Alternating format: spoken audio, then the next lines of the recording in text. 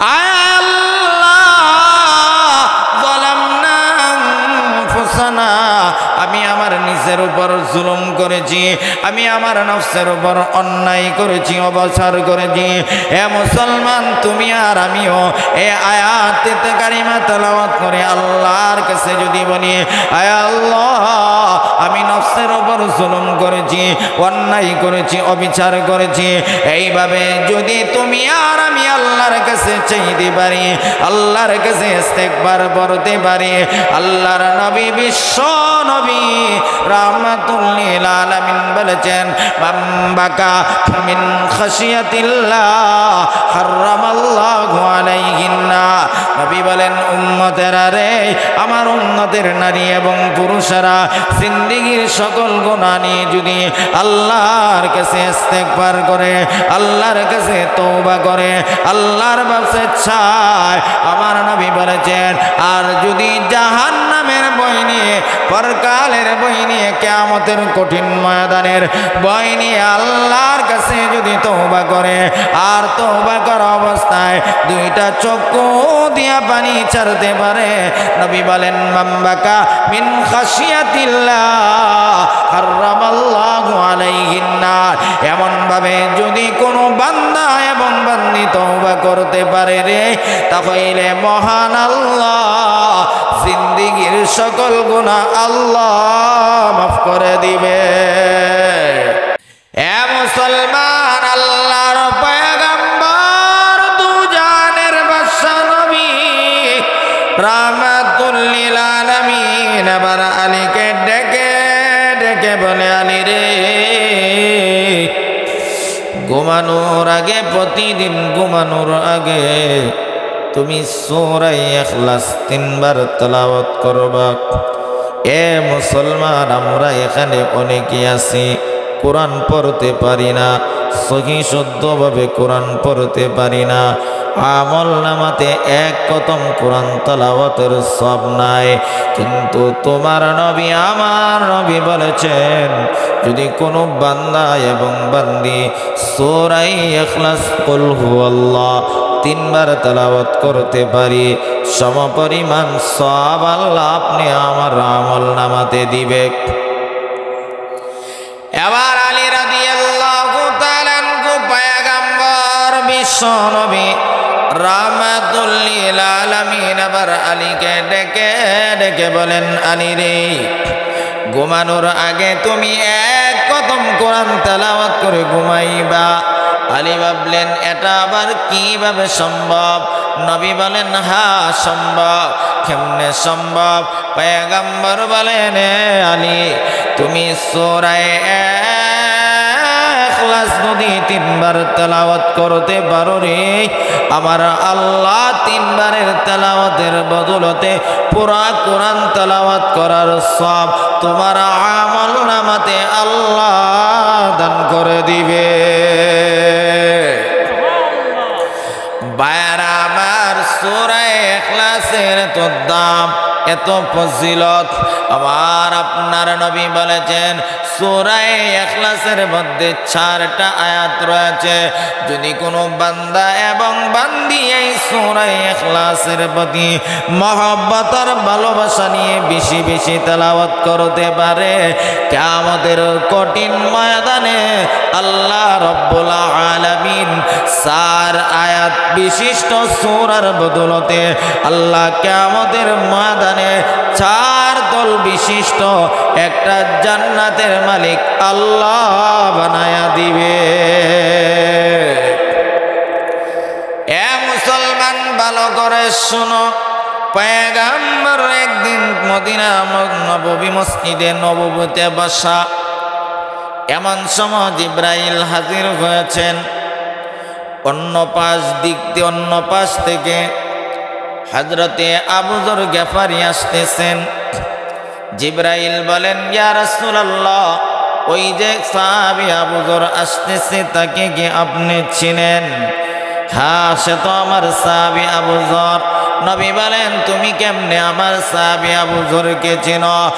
এবার জিবরাইল বলেন, ইয়া রাসূলুল্লাহ, আপনি ভালো করে শুনুন, আপনার সাহাবী আবু যর গিফারিকে আমি জিবরাইল শুধু তা নয়, আসমানে যত ফেরেশতা আছে, জমিনে যত ফেরেশতা আছে, সকল ফেরেশতারা আপনার আবু যরকে চিনে। নবী বলেন, কোন কারণে আমার আবু যরকে তোমরা চিনো? আবার জিবরাইল বলেন, আপনার আবু যরকে দুইটা কারণে চিনি। কারণ কি? একটা কারণ হলো আবু যর বেশি বেশি করে সূরা ইখলাস তেলাওয়াত করে। এ নবী, আপনার আবু যরের আমলনামাতে যেই পরিমাণ কোরআন খতমের সওয়াব আছে গো, অন্য কোন সাহাবীর আমলনামাতে এই পরিমাণ কোরআন খতমের সওয়াব নাই। সুবহানাল্লাহ। আবু যরকে যদি ফেরেশতারা, আসমানের জমিনের ফেরেশতারা চিনতে পারে, আপনাকে আমাকেও চিনতে পারে কি পারে না? কথা কয় না কেন? পারে কি পারে না? যদি আপনি আমিও সূরা ইখলাস বেশি বেশি করে তেলাওয়াত করতে পারি, আসমানের জমিনের সকল ফেরেশতা আপনাকে আমাকেও চিনবে কি চিনবে না? বারবার আমি আপনাদের খেদমতে যে আয়াতে ছোট্ট একটা আমল ইস্তেগফার, এটার পাওয়ার এত বেশি, এটার দাম এত বেশি। এই আমলটা শুধু আমার নবীর উম্মতকে আল্লাহ দেয় নয়, আমলটা আদম নবীর জামানাতে ছিল, নূহ পয়গম্বরের জামানাতে ছিল। অর্থাৎ আমলটা আদম নবীর আমলে যে বিধানগুলো ছিল, অনেক বিধান নূহ পয়গম্বরের জামানাতে পরিবর্তন হয়ে গিয়েছে। নূহ পয়গম্বরের জামানাতে অনেক বিধান এমন ছিল যেইগুলা পরবর্তী নবীর জামানাতে এইগুলা বিলুপ্ত হয়ে গিয়েছে।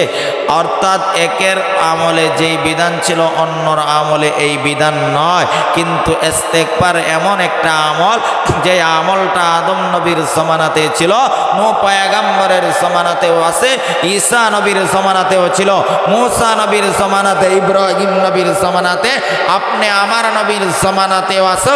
কিয়ামত পর্যন্ত থাকবে। আমলের গুরুত্ব কম না বেশি?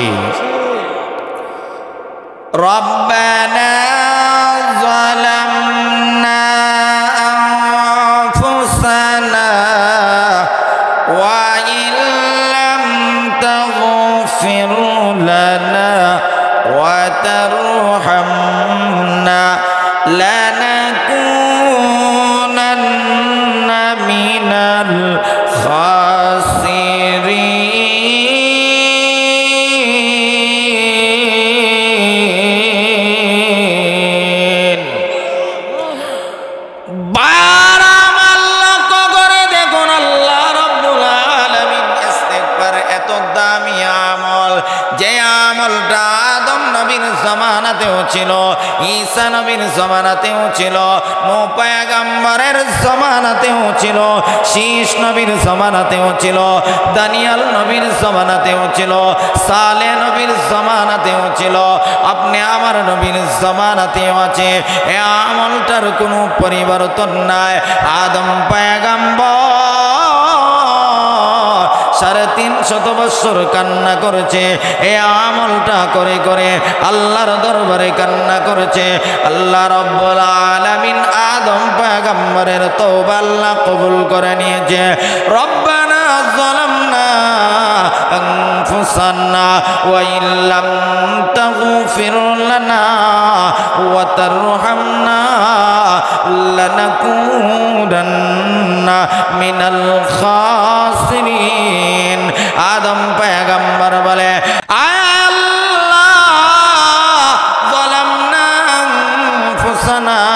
আমি আমার নিজের উপর জুলুম করেছি, আমি আমার নফসের উপর অন্যায় করেছি, অবচার করেছি। হে মুসলমান, তুমি আর আমিও এই আয়াতে কারিমা তেলাওয়াত করে আল্লাহর কাছে যদি বলি, আয় আল্লাহ, আমি নফসের উপর জুলুম করেছি, অন্যায় করেছি, অবিচার করেছি, এইভাবে যদি তুমি আর আমি আল্লাহর কাছে চাইতে পারি, আল্লাহর কাছে ইস্তেগফার করতে পারি, আল্লাহর নবী বিশ্ব নবী রাহমাতুল লিল আলামিন বলেছেন বাম্বাকা মিন খাশিয়াতিল্লাহ হারামাল্লাহু আলাইহিন্না। নবী বলেন উম্মতেরা রে, আমার উম্মতের নারী এবং পুরুষেরা জিন্দেগীর সকল গুনাহ নিয়ে যদি আল্লাহর কাছে ইস্তেগফার করে, আল্লাহর কাছে তওবা করে, আল্লাহর কাছে চায়, আমার নবী বলেছেন আর যদি জাহান্নামের ভয় নিয়ে, পরকালের ভয় নিয়ে, কিয়ামতের কঠিন ময়দানের ভয় নিয়ে আল্লাহর কাছে যদি তওবা করে, আর তওবা করা অবস্থায় দুইটা চক্ষু দিয়া পানি ছাড়তে পারে, নবী বলেন মাম্বাকা মিন খাশিয়াতিল্লাহ হারামাল্লাহু আলাইহিন নার। এমন ভাবে যদি কোনো বান্দা এবং বান্দি তওবা করতে পারে রে, তাহলে মহান আল্লাহ জিন্দেগীর সকল গুনাহ আল্লাহ মাফ করে দিবে। قل يا عبادي الذين أسرفوا على أنفسهم لا تقنطوا من رحمة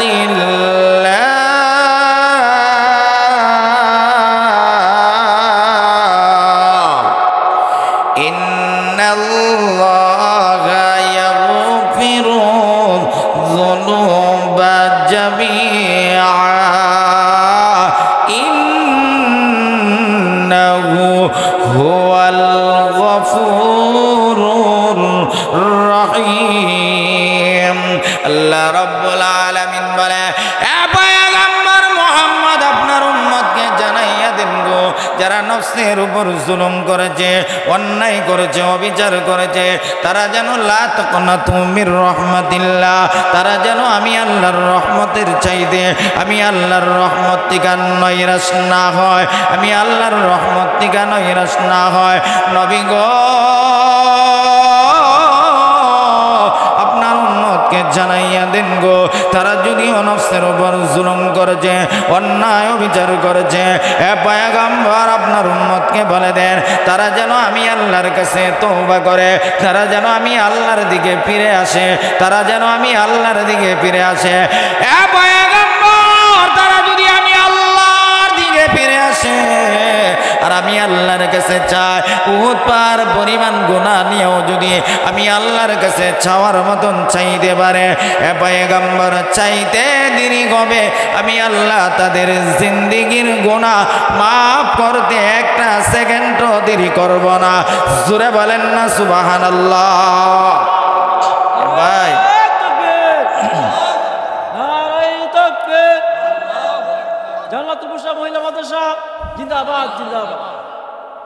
তাহলে আপনি আমার জিন্দেগিতে গুনাহ আছে তো না? আপনাদের মনে হয় গুনাহ করেন না কোনোদিন? গুনাহ আছে তো আপনি আমার জিন্দেগিতে? শুধু একটা ঘটনা বলে আমার আলোচনা শেষ। পয়গম্বরে আরবি সাল্লাল্লাহু আলাইহি ওয়াসাল্লামের জামানাতে একটা যুবক, তার পেশা এবং নেশা ছিল সে কাফন চুরি করা। সে কাফন চুরি করত, আর এই কাফন চুরির মাধ্যমেই সে তার জীবিকা উপার্জন করত, পরিবার পরিজন চালাইত, অর্থাৎ সে কাফন চোর ছিল। আমাদের দেশে বিভিন্ন ধরনের চোর আছে না, ওই যুবকটাও সে তার পেশা এবং নেশা ছিল কাফন চুরি করা। একদিন মদিনার মধ্যে একটা মহিলা, যুবতী নারী, সুন্দরী রূপসী, মহিলাটা মারা গেছে, খবর সংবাদ তার কাছে গিয়া পৌঁছে। মহিলাটা জানাজার পর তাকে দাফন করে কবরের মধ্যে আত্মীয় স্বজনরা রেখে চলে আসে। রাত্রে গভীর রজনীতে ওই কাফন চোর মহিলার কবরের মধ্যে গেছে, গিয়া মাটি সরাইছে। সরানোর পর তার যে কাফনের কাপড় 5টা কাপড়, মহিলাদের 5টা, পুরুষের 3টা, ওই কাপড়গুলা তার শরীর থেকে খুলে যুবক নিয়ে কবর থেকে যখন বাহির হয়ে যাচ্ছে, এমন সময় শয়তান তাকে ধোঁকা দিয়া বলে, হই যুবক, এত সুবর্ণ একটা সুযোগ, সুন্দরী রূপসী একটা মহিলা কন্যা, ওই মহিলাটাকে তুই কেমনে আমানত রেখে আবার চলে যাচ্ছ? এত সুন্দর মহিলা তো তুই কোনোদিন দেখছ না, পাস পেও না। অতএব ওই মহিলার সাথে তোর নফসানিয়াতের খাহেশ মেটায়া যা। তার উপর শয়তান সওয়ার হয়েছে, সেও ওই মহিলা, মৃত মহিলার সাথে কবরের মধ্যে জিনার মধ্যে লিপ্ত হয়ে গেছে। নাউজুবিল্লাহ। এত আসতে বলেন কেন? জুয়ে বলেন নাউজুবিল্লাহ।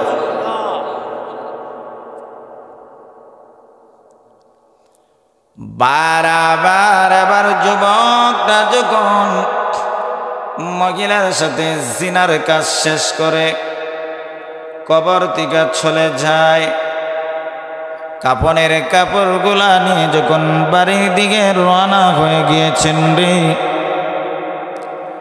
এমন সময় মহিলাটা কবর থেকে ডেকে ডেকে বলেন, যুবক রে, আমি ছিলাম পবিত্র, তুই কেমনে রে আমাকে এই কবরের মধ্যে নাফাক করে দিলে? এইভাবে মহিলাটা যুবককে যখন বলতে আরম্ভ করেছে, মহিলাটা বলেন, দুনিয়ার কোনো মানুষ যদিও তোমাকে আর আমার এই কাজের মধ্যে না দেখে, কিন্তু আমার আহকামুল হাকিমিন আল্লাহ রব্বুল আলামিন দেখে কি দেখে না? এ মুসলমান, আপনি আর আমি যদি অন্ধকার রজনীতে গুনার কাজের মধ্যে লিপ্ত হয়ে যায়, গুনাহ যদিও কোনো মানুষ গুনাহ করার সময় যদিও আপনাকে আমাকে না দেখে, তবে দেখেন তিনি কে? জোরে আওয়াজ করে বলেন না ভাই, তিনি কে? এবার মহিলাটা যুবককে ডেকে ডেকে বলে, যুবক, আমি পবিত্র ছিলাম, আমাকে নাপাক করে দিলে রে। কিয়ামতের কঠিন ময়দানে তোর বিরুদ্ধে আল্লাহর আদালতে মামলা করব, আল্লাহর কাছে তোর বিরুদ্ধে বিচার দায়ের করব। এই কথাগুলা যখন মহিলা বলতে আরম্ভ করেছে, ওই কথাগুলা গিয়ে যুবকের দিলের মধ্যে ধাক্কা লাগছে।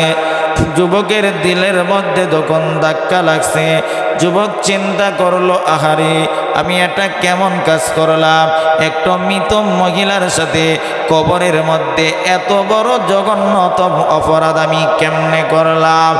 এবার যুবকরা দিলের মধ্যে যখন জাহান্নামের ভয় পয়দা হয়ে গিয়েছে, যুবকের দিলের মধ্যে কিয়ামতের কঠিন ময়দানের ভয় পয়দা হয়ে গেছে। যুবকটা চিন্তা করলো, মহিলা যেইভাবে মারা গিয়েছে, আমিও তো একদিন এই কবরের মধ্যে যাইতে হবে। এ মুসলমান, আপনি আমি ওই কবরের মধ্যে যাইতে হবে কি হবে না? এখানে বন আছে, কেয়ার আছে, শরীরে কাপড় আছে, তারপরও বসতে পারি না। কবরের মধ্যে সাদা মার্কিন কাপড়ের একটা টুকরা দিয়া এই ঠান্ডার মধ্যে রেখে আসবে, কেমন লাগবে? আপনি আমার মা বাবাকে আমরা তুষক লেপ সব কিছু দিয়ে শোয়াইছি, আজকে তারা অন্ধকার কবরে সাদা মার্কিন কাপড় দিয়ে রেখে আসছে। কোন হালতে আছে একমাত্র জানেন তিনি কে। বারবার এবার যুবকরা চিন্তা করলো, আমিও তো একদিন পৃথিবী থেকে বিদায় হয়ে যাইতে হবে। এমন গুনাহ নিয়ে যদি আমি আল্লাহর আদালতে দাঁড়াই, আমার মতন নাফরমান মনে করে আসমানের নিচে জমিনের উপর আর কেউ হতে পারে না। কারণ এত বড় জঘন্য অপরাধ মনে হয় আর পৃথিবীতে কেউ করে না। কারণ কবরের মধ্যে আবার মৃত মহিলার সাথে, মৃত যুবক মহিলার সাথে আমি এমন কাজ করেছি, আমার খাহেশ মিটাইছি, এমন অপরাধ মনে হয় আর কেউ করে না। এবার যুবকের দিলে জাহান্নামের ভয় পয়দা হয়ে গিয়েছে, জাহান্নামের ভয় পয়দা হয়ে গিয়েছে। এ মুসলমান, যতই উলামা একরামরা আপনাকে ওয়াজ করুক না কেন, যতক্ষণ পর্যন্ত দিলে জাহান্নামের ভয় পয়দা না হবে, ততক্ষণ পর্যন্ত মানুষ পরিবর্তন হবে না, ঠিক কিনা? এবার যুবকের দিলের মধ্যে জাহান্নামের ভয়। যুবক চিন্তা করতেছে, আরে এই গুনাহ নিয়ে যদি আমি কবরে যাই, আমি আমার মালিকের সামনে কেমনে দাঁড়াইব, মালিকের সামনে কেমনে দাঁড়াইব? কিয়ামতের কঠিন ময়দানে মহিলাটা আল্লাহর আদালতে আমার মতন নাফরমানের বিরুদ্ধে মামলা দায়ের করবে, তখন আমি কি জবাব দিব? এবার যুবকের মধ্যে একটা অনুশোচনা আসছে। যুবকটা এবার ঘোরাঘুরি করতে আরম্ভ করেছে আর শুধু কান্না করতেছে, আয় আল্লাহ তুমি আমাকে মাফ করে দাও, আমি অন্যায় করেছি, অপরাধ করেছি। আয় আল্লাহ আমার চাইতে বড় জালিম, আমার চাইতে বড় নাফরমান আসমানের নিচে জমিনের উপর আর কেউ হতে পারে না। এবার মদিনার অলিতে গলিতে ঘুরে আর শুধু কান্না করে। একদিন হঠাৎ করে খলিফাতুল মুসলিমিন উমরের সাথে সাক্ষাৎ। উমর যুবককে ডেকে ডেকে বলে, হ্যাঁ যুবক, তোর কি হয়েছে? তুই শুধু কান্না কর, এর কারণ কি? যুবক বলে, আপনাকে বলা যাবে না, আপনাকে বলা যাবে না, কারণ আমার মতন নাফরমান আসমানের নিচে জমিনের উপর আর কেউ হতে পারে না। আবার যুবকটাকে উমর রাদিয়াল্লাহু তাআলা আনহু, আপনার নবী আমার নবী দু জাহানের বাদশা নবী, নবীর সামনে হাজির করেছে। নবীর সামনে হাজির করার পর যুবকটা শুধু কান্না করে, যুবকটা শুধু কান্না করে। পয়গম্বর ডেকে ডেকে বলেন, হ্যাঁ যুবক, তুমি শুধু কান্না করো, এর কারণ যে নবী গো, আমি কেন কান্না করি সেটা বলা যাবে না। যুবকটা শুধু মানুষের ছোট বাচ্চাদের মতন আউ মাউ করে কান্না করতেছে। পয়গম্বর বারবার তাকে বলতেছে, কারণ কি বলো না? সে বলে না, শুধু কান্না করে। একবার ডাক দিয়া বলেন, পয়গম্বর আমি আপনার কাছে জানতে চাই, জমিন বড় না আল্লাহর রহমত বড়? আমার নবী বলেন, জমিনের চাইতে হাজার কোটি গুণ আল্লাহর রহমত বড়। এ পয়গম্বর, আমি এমন নাফরমানি করেছি, এমন গুনাহ করেছি, পয়গম্বর গো মনে হয় আমার গুনার চাইতে আল্লাহর রহমত বেশি বড় হবে না, আল্লাহর রহমত বেশি বড় হবে না। কিন্তু নবী বলেন, না না, তোমার গুনার চাইতে আমার আল্লাহর রহমত অনেক বেশি। তুমি কোন কারণে কান্না করতেছো সেই ঘটনা বর্ণনা করো। এক পর্যায়ে যুবকটা ডাক দিয়া বলেন, পয়গম্বর আমার নবী গো, আমি মদিনার সব চাইতে বড় কাপন চোর, আমার পেশা এবং নেশা হলো কাপন চুরি করা। পয়গম্বর আমি আপনাকে বলি, আজকে রাত্রিতে একটা মহিলা, মদিনার সবচাইতে সুন্দরী রূপসী যুবতী একটা মহিলা মারা গিয়েছে। এই সংবাদ যখন আমার কানের মধ্যে পৌঁছে গিয়েছে, আমি ওই মহিলার কবরের মধ্যে গেলাম। যাওয়ার পর মাটি সরাইয়া তার শরীর দিকা কাপনের কাপড়গুলা যখন নিয়ে আসি, এমন সময় শয়তান আমাকে ধোঁকা দিয়েছে, আমি মহিলার সাথে জিনার মধ্যে লিপ্ত হয়ে গিয়েছি। জোরে বলেন না নাউজুবিল্লাহ। নবী এই কথা শোনার সঙ্গে সঙ্গে নবী রাগান্বিত হয়ে গেলেন। শরিয়াতে এত বড় নাফরমান, এত বড় জালিম, নবী দমক মারলেন। নবীর কাছে আর কোনো কথা বলার সাহস নাই, কোনো কথা যুক্তিসঙ্গত দিয়ে কথা বলার মতন সুযোগও তার নাই। নবী দমক দিলেন, যুবক চলে গেলেন। যুবকের একটাও এই কথা, আমি যে এত বড় নাফরমানি অন্যায় অবিচার করেছি সেটা যে কোনো মূল্যে আমি আল্লাহর কাছ থেকে মাপ আনতেই হবে। যদি আমি না আনি, কিয়ামতের ময়দানে আল্লাহর সামনে দাঁড়াইতে হবে কি হবে না? আমার এবার যুবকের তওবা কবুল করে নিয়েছে। জিবরাইলকে নবীর কাছে প্রেরণ করেছে। জিবরাইল হাজির হয়ে বলেন, পয়গম্বর আমার নবী গো, মাখলুক গুলার মালিক আল্লাহ না আপনি? নবী বলেন, মাখলুকের মালিক হলেন আল্লাহ। তাহলে আপনি ওই যুবককে কেন দূরে সরাইয়া দিলেন? এ পয়গম্বর, যুবক যে অন্যায় করেছে, অপরাধ করেছে গো, ওই যুবক 40 দিন পর্যন্ত মালিকের সাথে সম্পর্ক লাগাইয়া মালিকের দরবারে কান্না করেছেন। পয়গম্বর গো, ওই যুবকের তওবা আল্লাহ এই মুহূর্তে কবুল করে নিয়েছে। যুবকটা কাপড় চুরি করত, মৃত মহিলার সাথে জিনা করার পরেও সে যদি আল্লাহর কাছে চাওয়ার কারণে আল্লাহ তাকে মাফ করে দিতে পারে রে। তোমায় আর আমি তো এত বড় গুনাহ করি নাই, এত বড় নাফরমানি করি নাই, যে আল্লাহ ওই যুবককে মাফ করে দিয়েছে সেই আল্লাহ তোমাকে আমাকে মাফ করতে পারে কি পারে না? ফাকুলতু আস্তাগফিরু রাব্বাকুম ইন্নাহু কানা গফফারা। আল্লাহ রাব্বুল আলামিন বলেন, নবী আপনার উম্মতকে জানাইয়া দেন, ফাকুলতু আস্তাগফিরু, তারা যেন ইস্তেগফার করে। ইস্তেগফারের উপকারিতা, এক নম্বর উপকারিতা হলো ইন্নাহু কানা গফফারা, জিন্দেগীর গুনাহ মাফ করে দিবে। ওই ইউরসিলুস সামা আলাইকুম মিদরারা, অনাবৃষ্টি যদি না হয়, বৃষ্টি যদি না হয়, ইস্তেগফার পড়লে বৃষ্টির ব্যবস্থা করে দিবেন তিনি কে? 3 নম্বর, যারা অভাব অনটনের মধ্যে আছে, যদি কোনো মানুষ বড় লোক টাকার মালিক হতে চায় সেও যেন ইস্তেগফার পড়ে। 4 নম্বর হলো যারা নিঃসন্তান, সন্তান হয় না, তারা পানি পাড়া আর তাবিজের লাগিয়া হুজুরের পিছনে দৌড়ানোর কোনো প্রয়োজন নাই। আল্লাহ ফর্মুলা দিয়েছেন, ইস্তেগফার পড়ো, সন্তানের ব্যবস্থা করে দিবেন তিনি কে? 5 নম্বর পুরস্কারটা হলো মহান আল্লাহ কিয়ামতের ময়দানে ডান হাতে আমল নামা দিয়ে বিনা হিসাবে আল্লাহ জান্নাতের মালিক বানায়া দিবে। আল্লাহ আমাদের সবাইকে যেন বেশি বেশি করে ইস্তেগফার পড়ার তৌফিক দান করে, আমিন। মায়ের দোয়া লাও গে মুমিন, মায়ের দোয়া লাও, মায়ের দোয়া লাও গে মুমিন, মায়ের দোয়া লাও। বিপদে পড়বে না তুমি যখন যেতাই যাও, বিপদে পড়বে না তুমি যখন যেতাই যাও। মায়ের দোয়া লাও হে মুমিন, মায়ের দোয়া লাও।